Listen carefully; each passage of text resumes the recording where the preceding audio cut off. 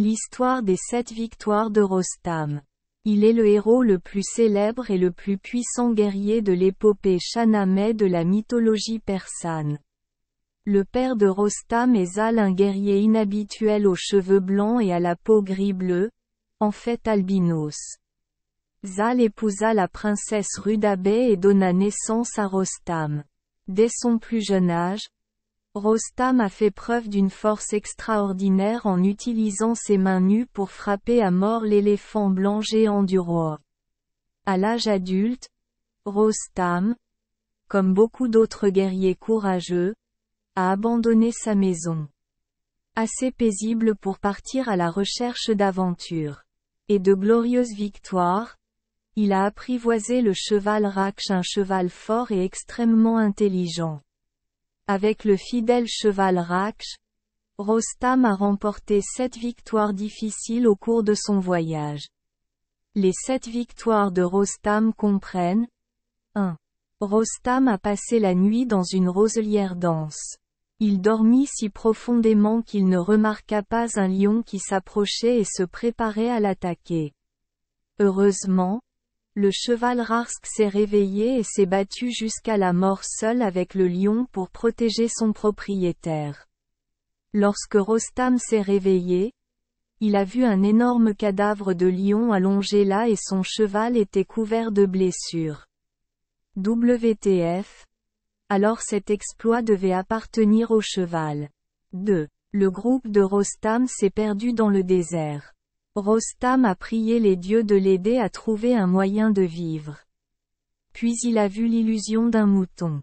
Rostam a suivi cette illusion et a trouvé une oasis avec de l'eau, sauvant ainsi la vie de tout un groupe de personnes qui mouraient de soif.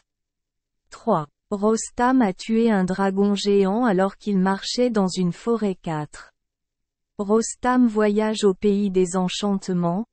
Il rencontre une beauté. Elle lui a offert beaucoup de vin et de la nourriture délicieuse. La dernière sorcière a montré sa vraie forme de démon noir qui a tenté d'enchanter Rostam. Il a utilisé une corde pour attacher le démon et l'a coupé en deux. 5. Rostam a vaincu le champion Mazandarani Olad et détruit le seigneur démon Arzangdiv VI. Rostam a fait irruption dans la citadelle de Mazandaran pour sauver le prince Caïcos qui était retenu captif par l'ennemi alors qu'il était encore aveuglé par la magie des démons. 7. Rostam a détruit le boss final, le démon blanc Divesépide, en utilisant son sang pour guérir ses yeux aveugles. Bien qu'il ait réalisé 7 exploits retentissants, l'histoire la plus célèbre de la carrière de Rostam est une histoire tragique.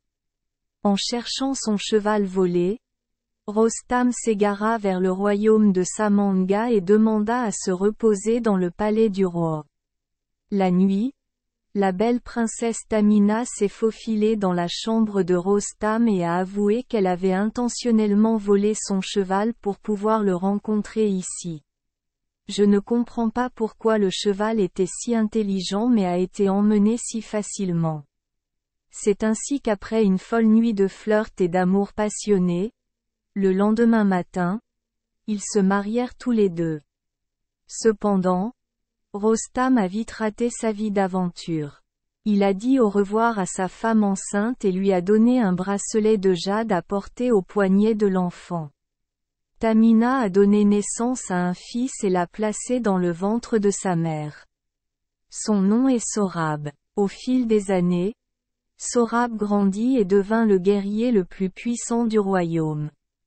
Tragiquement, la première fois qu'il a rencontré son père, c'était au Cil. Jour de son décès, Rostam et Sorab se sont rencontrés sur le champ de bataille des deux côtés de la ligne de bataille. Après la compétition, Sorab reçut un coup de couteau de Rostam et mourut. Le bracelet sur son bras tomba et Rostam reconnut son fils qu'il n'avait jamais rencontré, mais il était trop tard. Finalement, le roi Shagad, le demi-frère cadet de Rostam, que Rostam l'a protégé pendant de nombreuses années et était jaloux de lui. Le roi ordonna de creuser un fossé profond et d'insérer de nombreuses lances acérées. Le roi invita alors Rostam à aller chasser dans cette région.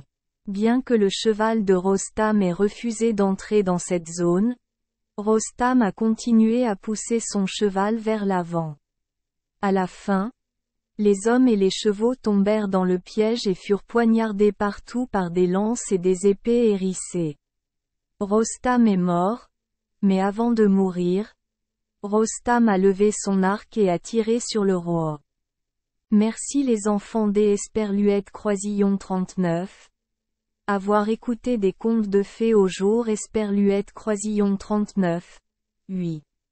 Espérons que les histoires apporteront aux enfants des moments heureux et significatifs.